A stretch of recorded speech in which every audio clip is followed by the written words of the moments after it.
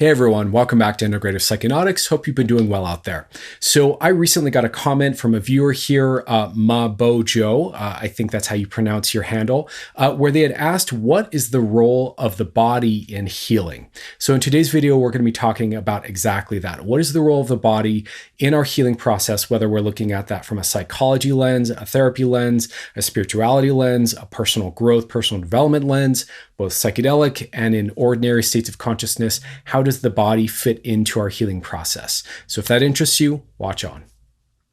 Okay, so before we go ahead and dive into the major points of the video here, I wanted to just kind of take a moment and offer some commentary up front here about this particular topic and my relationship to it.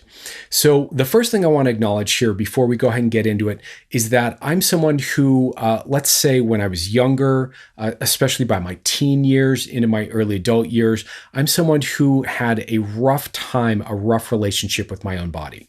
So while, by my mid-teens and certainly into my 20s, I was a pretty avid, well-seasoned psychonaut. I gained plenty of hours and mileage in psychedelic states. I didn't have a very tight relationship with my physicality. I wasn't really big into exercise, wasn't really big into a clean diet. I didn't have a lot of care or concern or, let's call it emphasis on the health of my body, the well-being of my body, the importance of my body. And so I'm somebody who, through this process of personal growth and learning about all this stuff and working, this whole path of awakening and healing and understanding and learning coaching skills and all the stuff that I've learned to get to where I can be able to talk with you guys about it. Concurrent with that has been a development of my relationship of my body from pretty much disconnected, checked out, not caring, really not worrying about it too much as long as I wasn't kind of broken down and sick, to deeply valuing my body and its role in my well-being, in my entire life experience, and in particular in its role in my healing. So I just want to kind of put that up front to you guys as an honest, transparent share that, my relationship with my body is an edge that I've been working this entire time over these past, let's say, 20 years of my life. And something that I did have a lot of wounding around, a lot of kind of issues, a lot of kind of shame and fear and reservation around. And so, that may come out in this video, either, consciously, I may talk about it, or subconsciously, you may pick up cues about kind of my relationship to my body as I'm talking about it. The other things I want to kind of mention here before we go ahead and get into it is that, in case you don't know, it's a very common problem, a very common symptom, if you will, when people have trauma and come from backgrounds of trauma, of being very up in our heads, being very, either imaginative and creative, which is kind of how it went for me, or being very logical and rational, overthinking, hyperthinking. And generally being kind of perhaps numb or unaware of what's happening in our bodies, tuned out about our bodies. Maybe we're a little klutzy, we're a little unaware of our body as we move it through space. These can all be signs that we are dissociated from our embodied experience, right? So I want you to know that, this is kind of one of these pieces of information that sometimes is a little controversial for people where, especially for highly intellectual people, they can be offended at the idea that the fact that they live up in their heads all the time might be connected to trauma. But I just want to put that out there that sometimes that's the case. This is definitely a way that we go with trauma responses. So for some of us, this question of even the question of, the role of the body in healing kind of implies a sense of disconnect from our own body that could imply a certain amount of traumatic history, traumatic past, traumatic issues, or, some sense of disconnect, some sense of nervous system unplugging from what's going on from, let's call it, the neck down. So I want to put that out there too, because that's an important thing to understand as we're talking about the relationship to our body and healing, right? The other thing I want to talk about here really quick is that in general, my stance is as a coach, and this is something I've talked about before on the channel and surely something I'll be talking about more. My stance is that when I look at the therapy world and licensed therapists and psychiatry, a huge, massive missing piece for a lot of that world and a lot of these people and the way they think about pathology and issues and emotions and all of that, they often do not consider the body. much at all, unless you're talking to maybe like a very somatic therapist who is very body based and body aware and into, maybe they're a body worker also, or they do, concurrent stuff that's very physical and very embodied. We'll be talking about somatic therapy a little bit further on in this video. Accepting that particular subset of therapy, generally speaking, you might go to a therapist and they're not going to ask you, how's your sleep? How's your diet? What's your relationship to being in a physical body altogether? How do you feel about your body? What's your sense of your body? What's your sense of, how your body fits with, your self-image and your desire for your life, They often won't even ask. They won't ask, do you have any allergies? Blah, blah, blah, blah, blah, blah. Unless maybe it's a psychiatrist prescribing a certain medication who needs to know that. And in my mind, this is a massive, massive oversight. This is a massive hole. And I get it, when it comes to kind of the Western model of therapy, which is based in this kind of, it's based in medicine. It's based in how we approach, health science in terms of the physical body. So it's very much the same way that you would, look at particular, fields of study with, doctors and nurses and things like that deal directly with physical health. That same model has been imported over into kind of the foundation of how we understand psychology and psychotherapy. So there's a lot of kind of partitioning and limiting of scope and not talking about what's outside your scope as a therapist, because there can be implications of liability there. So on one hand, I understand that a lot of therapists probably just don't want to go there because it may be kind of outside their scope. And, and even though it's a very rational, sane question to actually ask, how's your diet? How's your sleep? What's going on with your body in terms of the context of getting an overall picture of the person's health? A lot of times this gets excluded because they don't want to be sued. They don't want to be sued for, providing medical advice if they're not a medical doctor. So my point being, this needs to be integrated into therapy. We need to be thinking about how we, our physical health impacts our mood. And so that's kind of a little spoiler for what I'll be talking about deeper on into this video. But anyways, rant aside, I hope this all kind of sets the stage for what we're going to talk about here. Yes, the body is deeply important to healing, is kind of the TLDR. But with all that being said, let's go ahead and get into some of the kind of the major talking points that I want to unpack for you. And just as a quick side note, before we go ahead and get into this first point here, I just want to say this is going to be one of those videos where it's maybe a little more point, and they may not be as clearly connected in a single line of logic.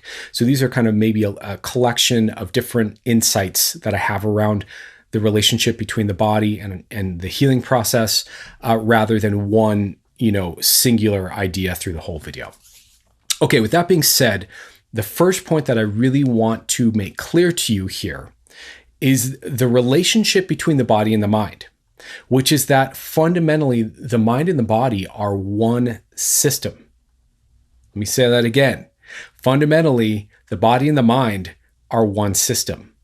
There's, this paradigm in our culture that there is a distinction between the body and the mind is really a deep level distortion of understanding of the very plain fact that mind exists inside the context of the body, that we have a body, and that part of what our body does as kind of emergent processes out of having a body is this phenomenon called mind. Right? Mind is a set of processes that emerge out of the nervous system. The nervous system is part of the body, and the nervous system is not as segmented, although there are parts to it and aspects to it and layers to it. It's still one nervous system. And it's not as segmented as, a lot of modern scientists would like to describe it as, right? It's not Like we have mind and then we have body, and these are two distinct, separate experiences. We like to think of it that way in our culture, but it's really not that way. You really can't extricate out mind from body as much as you think you can.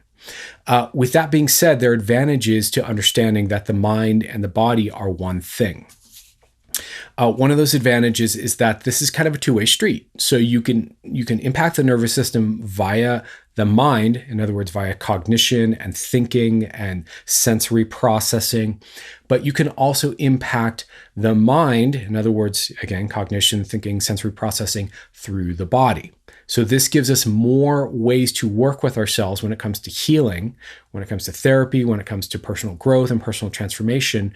And it really opens up this palette of possibilities for how to get ourselves to be and feel and do and live the way that we'd like to. So that's one of the good news pieces here.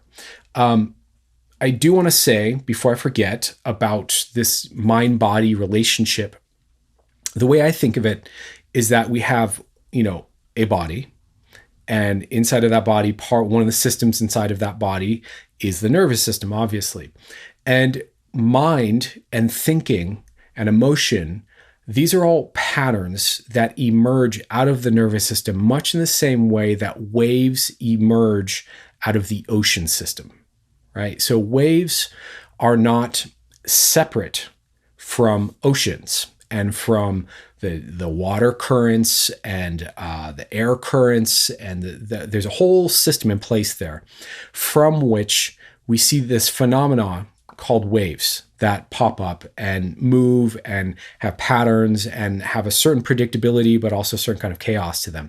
That's very much how I think of thoughts and emotions and patterns of issues that come up, or patterns of behavior, habits, all this stuff. I think of them as emerging kind of waves coming out of the singular nervous system that we have, right?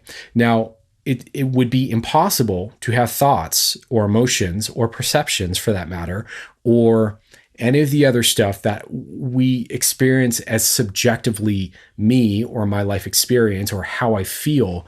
None of that would happen without a nervous system upon which it was happening inside of. So, and the nervous system, of course, is part of the body. So the body is the context and the container inside which, healing happens. It's impossible to have healing without a body, right? Quite obviously. And so this is really important to internalize and get. We're often very conflicted, confused. We think there's a separation there. There isn't. It's one nervous system. And this becomes, for anyone who's kind of skeptical about that, I get it. There's kind of older paradigms of thought. And I've met people who are really entrenched in this dualism between mind and body. But if that's ever a question to you, there are different things you can do to prove this to yourself. First would be to try somatic therapy. Try some sort of body-based therapy modality of working with the felt sense in the body, and notice how that shifts and impacts what you think, the narratives, the meaning you make, the understanding you make. A lot of times by shifting the body, we massively shift our psychology. Obviously, if you go to like a Tony Robbins event, one of the things he teaches you first is that your state, shapes the way you understand and view things, which shapes your outcomes, right? So what does he do? He gets everyone to stand up and move around and get all excited and pumped and move their body and woo, woo, woo, woo. Why does he do that? Because he's teaching you that you can leverage your physiology to shift your state, which shifts your thinking and your emotions, which again shifts what occurs to you as possible and shifts to you, what you're capable of, right? What outcome, what your output is at the other end of all of that, right? So taking charge of your state and of your body is a core part of personal development. It's a core part of psychology, and it's something to really deeply understand. To the skeptics, I would also say, what was your thinking like the last time you had food poisoning, right? So think back to, and for anyone who takes psilocybin mushrooms, what is your thinking and your emotionality like when you're nauseous on mushrooms, right? Almost invariably, there's a certain flavor of drama and anxiety and fear and discomfort and upsetness and unsettledness that impacts our mood and our thought patterns and our emotion patterns. That's deeply connected to what's happening in our body, right? So it's not so simple to just say we have a mind and we have a body and there's no relationship there. It really, that's not an accurate rendering of the reality as far as I understand it. On a similar note here, what we eat and how we take care of our body massively impacts our mood and our state and the entire way we perceive ourselves and perceive others and perceive our life, et cetera, et cetera. The quality of your health of your body massively, massively impacts your mental and emotional health. That's been demonstrated through all kinds of studies. I think one of the most, for me, one of the most compelling, interesting examples of that is the role of our gut flora and the quality of our digestion on, how much inflammation we have in our body, and therefore, if we have depression or if we have, anxiety. These can be boiled down to the balance of the type of bacteria we have in our digestive system. Do we have too much of one bacteria, not enough of another? And how's that impacting how our body processes things and how inflamed we feel? Brain fog, dissociation, anger issues, feeling hypervigilant, triggered. Let me see what else. Feeling, again, having energy to engage and focus on things versus having no motivation at all. All of these are so deeply rooted in your physical health that it's really hard to pull them apart, which is why, again, I think therapists, when you're coming in to talk to a therapist, as part of their intake, they should talk to you about your health. They should talk to you about how's your diet, how's your lifestyle. Are you, staying up too late? Are you playing too many video games and too much screen time? Are you eating too much sugar? Are you eating too many carbs? Are you exercising enough? Blah, blah, blah, blah, blah. All of this massively impacts your mental, emotional health to such a degree that there are a lot of people who have cured their depression, cured their anxiety, or even like their psychosis, I believe is one, by diet, right? There are people who have massively transformed their issues simply by going keto, for example, or by going plant-based, for example. And so I would encourage you to consider this as part of an overall lifestyle, realignment that is part of the healing process. So again, I don't think you can separate these out. And lifestyle is a huge part of it. For me, and I've said this in another video, I'll just break it down again. The big three are going to be diet, exercise, and the quality of your sleep hygiene. In particular, with diet, you want to be, whole foods, not prepackaged, clean, everything to the best of your ability. I'm not necessarily big on people going, keto or paleo or plant-based, as much as I think we just generally need to be eating fresh foods that aren't prepackaged, that aren't processed, that aren't loaded with all kinds of weird additives, that aren't loaded with sugars that we don't need to be eating, et cetera, et cetera. You reduce all of that, you're going to start to feel so much better on a mood level and a mind level right away. Second one is movement and exercise. And this is part of a larger theme that I'll probably be talking about at some point on the channel, which is that the more we kind of live in alignment with what I would recognize as perhaps our ancestral way of being, a more hunter-gatherer lifestyle, and that includes sun exposure, movement, picking up heavy things regularly, socializing regularly, et cetera, et cetera. There's a bunch of things that our ancestors pretty much around the world all did as hunter-gatherer tribes. When we do those things, what I notice is we tend to feel happier and healthier, right? So exercise I see as being part of that. We are built to move. Now, it doesn't have to be heavy-duty exercise. It doesn't have to be serious weightlifting, although I think there's a lot of benefit to weightlifting. It doesn't have to be extreme cardio, but I think, walking regularly, doing little, movements, not being super sedentary for hours and hours and hours in front of a screen, plays a huge role in your sense of well-being. And alongside that, getting outside when you move, getting sun exposure, getting vitamin D, huge, super important. last one, out of these big three, obviously. So we've got diet, we've got exercise, we've got sleep. Generally speaking, for sleep, you want, to go to bed at the same time. You want to minimize blue light screen exposure at least an hour, a couple hours before bed. You want to, I think, kind of black out your windows with curtains like I have behind me that are kind of blackout curtains, and perhaps even wear an eye mask to black things out further because, little LEDs in your room or whatever, all of that can kind of add up to, believe it or not, light that your retina takes in even with your eyes closed. So you want to make it as dark, as quiet, as comfortably cool.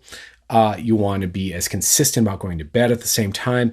And when you add all of that up and you're deeply rested, you are moving regularly, so you're not stagnant, and you're well nourished with healthy foods, that's going to stack the deck in your favor in a huge way when it comes to mental health and healing in general. If you are not doing those things, and I get it, sometimes there's lifestyle factors like all kinds of things that can get in the way of any of that, right? Poverty, or you're a new parent and you're up all night with your kids, or you work a graveyard job and you're stuck in it, or you can't walk because you have an injury, etc. There's all kinds of reasons why sometimes these things can't be optimized. And all I would say to you is just look at how, if those things aren't optimal, how that might be impacting your mental, emotional health. I totally get it. We can't all optimize in this way all the time, but I would encourage you to do whatever you can to kind of steer yourself and your body in this direction of getting proper movement, proper sleep, and proper diet. Okay, so off the soapbox on that one, let's talk more about the next point. And let me just add a comment here to make it a little more personal really quick, because obviously you can look at me. I'm not like this pinnacle of like yoked out, super turbo health. Like I said, I've struggled with my own physicality in a lot of different ways. So let me ground this out and make it a little personal so that I'm not coming off like I'm trying to be some preachy, personal development, like perfect guru guy, because I'm not that at all. What I want to say about this is that this has been a long learning curve for me, that I've run the experiment, if you will, over and over and over in terms of lifestyle, in terms of all of these things, sleep, diet, exercise, et cetera, et cetera. I've definitely tried to not do all these things and see how it makes me feel plenty. And it's been a slow accumulation of habits for me to get into a place where I have all these things in place, where I have diet, where I have exercise, where I have good sleep, where I have, social time with other people, which is an important one, where I have, internal experience, spiritual connection with myself, which I think is part of healing the body as well, et cetera, et cetera. I have all my healthy habits in place now. Well, it took me a long time to get here. I do falter. Sometimes I intentionally, break these rules and have the pizza and have the ice cream or have the late night, which there's a time and a place for that too. I don't want to be rigid or dogmatic about any of this. And so I say all of this to say that don't be hard on yourself if you're not perfect about this. Please understand that I'm not coming from a preachy place myself about this. I'm just trying to share with you what I've found to be self-evidently true the more I've lived it, the more I've tried it, the more I've varied from it and then leaned into it. For me, there's at this point no doubt that everything I'm sharing here in this video is just the territory of how it is in terms of the intersection of our body and healing. So I hope you take that, from a friendly place as a just supportive word of advice, not from a place of being, shaming or preachy or better than at all, because I'm not better than. I have, tons of work to do on my body still. And it's a learning curve for me too. So just saying all that to, kind of humanize the message here a bit, because this is one of these areas where people can end up with a lot of shame and a lot of self-judgment, a lot of, this kind of a thing. And all I would say to you is it's all good. And, the good news part of this is as you lean into your physical health, you will feel generally just more well-being in life, more happiness, more peace. So I just want to affirm that from my own trial and error. Okay, enough said. Let's get to the next point. Okay, so let's talk a little bit about somatic therapy for a moment here. So, for anyone that doesn't know or isn't familiar, somatic therapy means body based therapy. So, somatic or soma means body, body based. And there's a lot of different layers to this discussion about somatic therapy.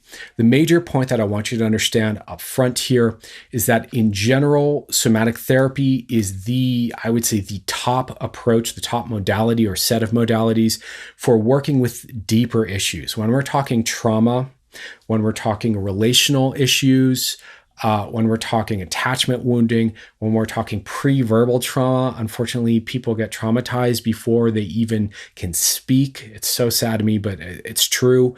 When we're talking aspects of our healing that are so abstract that, talk therapy doesn't make sense or doesn't work, this is often where somatic therapy shines and really comes into play. So, in general, what we're doing in somatic therapy, there are different aspects and approaches. Some is literally very physical or can even go into body work, as in massage, rolfing, things like that, structural work. But generally, when we're talking about somatic therapy, we're talking about turning our attention from our thoughts or our emotions to the sensations in our body, right? So a lot of times, somatic therapy looks like the therapist asking you about your issue or about a memory or about a pain point or a piece or whatever that's up for you. And as you start to talk about it, they'll be tracking what's going on with your body language. They'll be tracking and they'll ask you to pause. Hey, notice what's going on in your body as you talk about this. Where do you feel this? And help you start to attune to and tune into what your body is communicating or the pattern of how your body holds that emotion, thought, belief, experience inside of it. There might be certain patterns of tension or certain things. You might feel like a certain kind of energy out here, but not over here. You might feel a tightness in your chest as you talk about a certain thing, or the classic tightness in the throat, right? Or like you want to look down, or like the butterflies in the stomach, all this stuff. This is the body communicating its direct experience, direct information, right? That isn't tied into the prefrontal cortex, the cognitive, rational thinking layer of the mind. So there's no interpreting, there's no sense making to do. It's a direct communication from the body, right? So often this is the most useful, the most helpful route into connecting to, maybe memories that are there, fragments of our personality that are kind of being repressed or held in, processing, stress that needs to be released out of the body in a somatic way that could maybe look like crying or deep breathing or tremoring. These are all ways that we often offload stress. And in general, with somatic therapy, again, if there's someone who is from the neck up their whole life and they're really tuned out and unaware of what's going on down here, that's often classic for a freeze response for someone who's kind of in a more parasympathetic trauma response, where when trauma, something triggering happens, we tend to go numb. We tend to space out. We tend to lose track of time. We tend to lose track of how we feel. We just kind of what they call play possum. We kind of freeze and just, collapse on ourselves, right?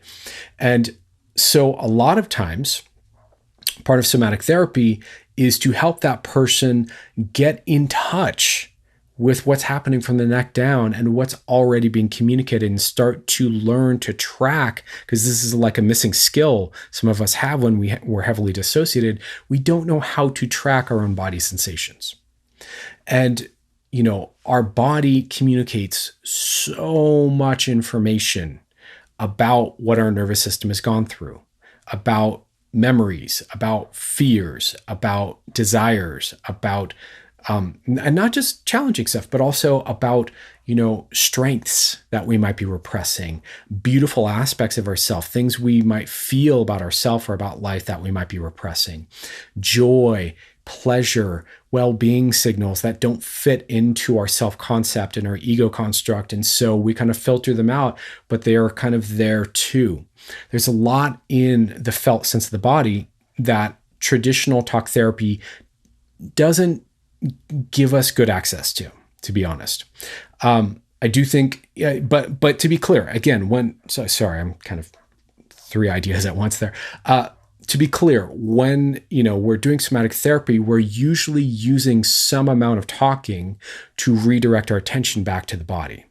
So there will be, as you're talking about this triggering thing, notice how your body feels, and then you might be describing how your body feels. And then the somatic therapist might invite you to feel into that more, tune into that, or feedback what you're saying to them. So it'll be like, so your body feels like this. And there's kind of a feedback loop that starts to happen where the nervous system realizes it's heard. It's seen. It's no longer being ignored. It's being listened to and worked with and cared about. And that in and of itself often will invite a huge release of traumatic material, of emotion, of energy, of stress, of what have you, that has been wanting to come up and be rebalanced for a long time. But if we're really good at not paying attention to our body or kind of suppressing that stuff, hasn't had a way out. So, in psychedelic therapy, especially like when I'm on Reddit and I'm like reading comments and interacting, one of the most common questions I see for people is some form of, and this will be a whole other video, some form of how do I get at the repressed material that I'm dissociated from that I know is there, right? And the answer is usually through the felt sense, through tuning into our body, through listening and working with and creating a space of safety where the body feels safe to communicate. So yeah, this is a huge piece of healing as well, as you can imagine. And so what else do I want to say about somatic therapy before we wrap here? Again, there's a wide variety, and some somatic therapists are just a little more attuned to, hey, what's going on in your body, and tying that back into the therapeutic work. Others are like literally giving you massage, helping you work through things, doing breath work, putting yourself in uncomfortable postures that might kind of stir the pot a bit. There's a lot of different strategies inside of somatic therapy. I want to be clear, I'm not a trained, licensed somatic therapist. It's not my area of expertise, but I do study it as part of just kind of getting a competent repertoire with working with traumatic material, so that if my clients have a trauma piece come up, I'm competent and I'm able to kind of address it from different perspectives. So this is something I'm still learning about myself, is my point here, but it's powerful and it's deeply valuable. And so again, if the initial question here is what's the role of the body in healing? If we're talking trauma, if we're talking deep healing, if we're talking, pre-verbal healing, it's huge. It's kind of everything. Our connection to our body is our pathway to heal. I don't think I could put it any more simply than that. So, more food for thought on that. Just looking next, what's next here? Right, so let's talk a bit about how this gets imported over into a psychedelic or non-ordinary state of consciousness context of it. And just as a fun little quick point of meta commentary here, you'll notice, obviously, if you've watched any of my videos, I use my body a lot to communicate and talk, to self-express. This is partially on purpose. There are techniques involved in that I've learned from NLP and studying NLP. But also, this is part of how I get my nervous system engaged so that I'm really focused on what I'm saying, and what I'm saying makes sense and is coherent, right? So I'm someone who kind of needs to move in order to think clearly. And in order to think clearly, that's kind of what I need in order to be able to speak clearly. So yeah, so I'm kind of a physical public speaker, you've noticed. And again, so this is the body and the mind are one, right? And so often we need to use our body to work with our mind. They go together, right? So again, let's talk about how this applies inside of a psychedelic context, right? So the first thing I would say to you is that the psychedelic experience, please understand, is as much a physical experience as it is a mental one or an emotional one or a spiritual one. That while all of these layers are happening with us, Psychedelic experiences can be very, very somatic, very, very physical, right? Sometimes, like a recent experience I had with mushrooms, sometimes you take a bunch of psychedelics and all you have is a physical experience for hours. It's not really cognitive. There's no big insights. There's no big emotional releases. There's no, necessarily understandings at a cognitive level. It's just your body is having a particular experience. If you're someone who's psychedelic curious but not really experienced yet with psychedelics, one of the things you probably want to understand, pardon me, about psychedelics is that they do very strange things to the way our body feels. There's a whole kind of spectrum of different body sensations that can arise during a psychedelic experience that are unusual or novel and sometimes alarming. And this is kind of how people get spooked and end up in kind of a feedback loop of a difficult experience. Sometimes really pleasurable and blissful. You can feel bliss and pleasure in your body that you didn't even know was really possible. Sometimes strange, just confusing sensations, but there's a lot that goes on in the psychedelic experience that is initially somatic. And, what I've observed, part of what I'll be communicating and kind of tying together here more on the channel for you guys, is how often when we're talking psychedelic therapy and we're talking, healing in a psychedelic context, what's happening is that aspects of our psyche that need healing or that want to communicate, they may not even need healing, they may just want to communicate, come up through our experience when we're on a psychedelic experience as body sensations, as somatic experiences first. And if we allow them or work with them or tune into them and let them kind of unfold and unpack, that can turn into insights.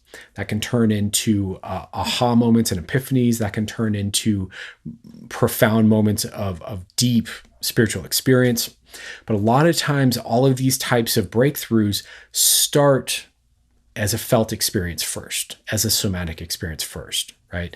And so this is often the way it goes. And I think that this is generally, as a hypnotherapist, this is something I see too. Generally, the movement, again, is from the inside out or from the bottom up, from the body to the emotions, to the mind, to the full, clear understanding, right? And so we kind of have this experience of things bubbling up from the unknown to the known, from the felt to the understood. That's just classically part of the psychedelic experience. Sometimes these happen like that. You're like, whoa, I'm feeling something, and there's like an understanding that comes with that. Other times it's this more emergent, slow bubble that might take, minutes or an hour or something, maybe a whole journey, maybe several journeys. So this is a huge part of medicine work. This is a huge part of using psychedelics to heal. A lot of times when we are doing, for example, parts work, in other words, we have like facets of our personality, facets of our identity, facets of our ego that want to bubble up and communicate and maybe carrying a particular pain or fear or need or desire or something that wants to be seen or heard. A lot of times those come up as a tense point in our body, a sudden knot in your back, a sudden weird twitch in your pinky, a sudden feeling like your face is heavy or things like this, right? So the body will very kind of directly communicate some aspect of our psyche as a felt sense first. Then as we tune into that, we can start to realize, oh, there's a narrative here. There is a piece of identity here. There's a particular worldview or a way that I feel when I tune into this, right? So this is how we can start to track our unconscious communication, our body, our nervous system communicating to us, and turn that into therapeutic insight, self-connection, healing, right? So again, even in the context of psychedelics, the body is huge. It's paramount. It's essential to start to understand how to work with your body.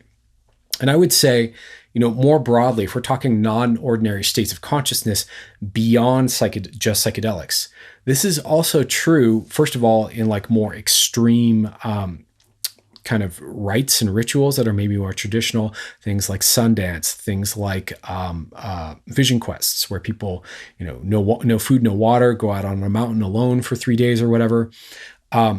This is part of connecting and communicating with our own system. This is also something that comes up in meditation retreats a lot. People, all they're doing is sitting and breathing and turning their attention inwards, on the most simple level. But part of what happens and part of the healing and the awakening is this bubbling up of somatic sensations. The body will start communicating through felt sense a lot of its kind of tension holdings and patterns. And, people have these huge breakthroughs and releases just from meditation and on meditation retreats that, again, begin with this somatic content, because we're not so busy with our attention and doing things with our body that we stay distracted. So this applies just as much in altered states as it does in kind of default mode consciousness. So that's what I have to say about that for now. Okay, and tying into that, there is perhaps an idea you've heard about if you're at all kind of learning about psychedelic therapy and curious about this, which is this concept of the inner healing intelligence, or the inner healer, right? And I've heard Rick Doblin talk about it a lot. I'm pretty sure Stan Grof talks about it. This idea that somewhere deep within us, there is a self-healing capacity in our body, in our nervous system. I will say from my own experience, this is very true. This is, when I'm doing hypnotherapy with someone, when I'm doing a piece of transformative work with someone, if I'm sitting someone for a psychedelic session, this is so obviously true that the person's deep psyche, if you want to call it that, deep body, self-healing intelligence, whatever you want to call it, it's present. And it knows what to do better than I, as a coach or an external observer, could ever imagine. Even with all the things I've learned and all the tools I know, I'm constantly amazed with what's possible when the person gets in touch with their own inner healing intelligence. So I want to just affirm that that's there, that seems to be a very real thing, that it's an emergent, self-organizing, thing that works on its own. And that it knows exactly what you need to heal, and it knows exactly how to heal. More often than not, this inner healing intelligence, you might be wondering, well, why aren't we all healthy all the time? Why aren't we all healed all the time? Why are we running around with issues if there's this part of us that knows how to do this? To which I would say, more often than not, we are getting in its way.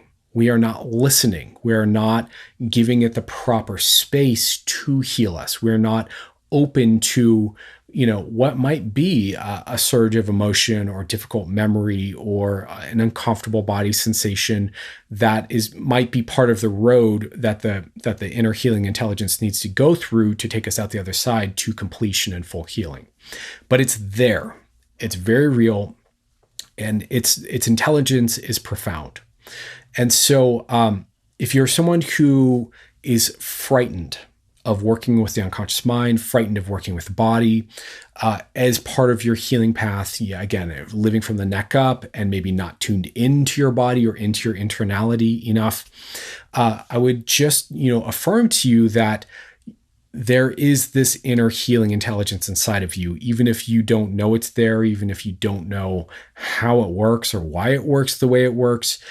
It's there, and when it's facilitated and we, make the space for it to emerge and do its thing, the beauty and the profundity and the intelligence and the depth and it's wild. It's amazing what it's capable of. So, but what we need in order to get there, let me just say this, since we're talking about all this stuff, is a sense of safety. Safety is the message that the nervous system needs in order to be able to go there first, right? And I think that's probably pretty self-evident, pretty obvious to most of us, and it makes logical sense too, right?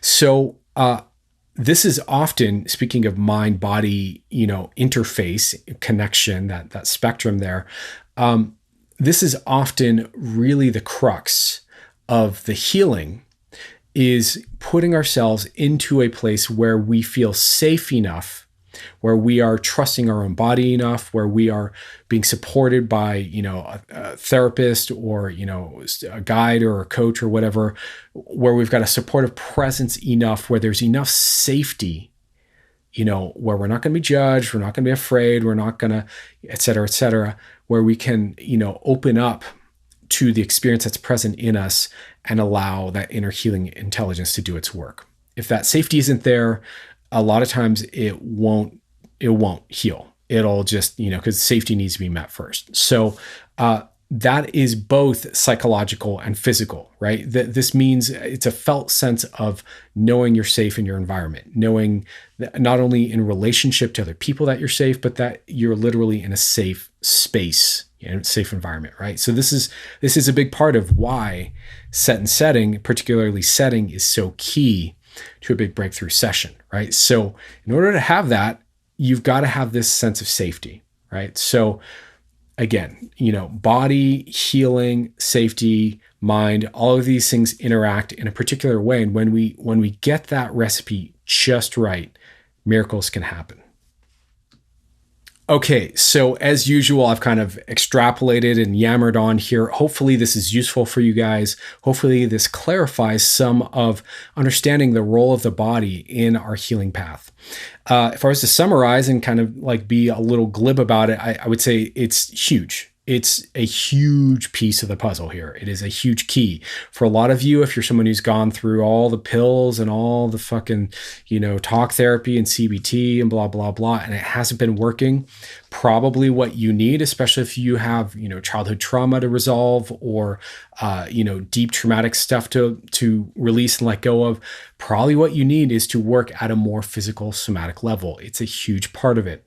Also, just in general, as you're healing, befriending your body, tuning into your body, taking care of your body. Again, the lifestyle stuff, the health stuff, all of that is absolutely crucial. And again, the thing I really want you to deeply internalize here and take away from this video is that there is no connection between mind and body, that these are one system, that mind is an emergent, again, a wave, an emergent function, an emergent property that comes out of a body system. If your body is not healthy, then it's hard to heal. It's much harder to heal. So please do with this information, this message, what you will. And I hope it serves you well. And if you've watched this video, I apologize for the length, but again, I hope it's of value, and I really appreciate your time and your attention and being here for the whole thing. As usual, if you like this kind of content, please do the like, subscribe, all that kind of stuff. Let the algorithm know that I'm here. I do want to grow the audience here. I do want to expand the conversation. And it's always just kind of nice validation that I'm on the right track in terms of content and what you guys need to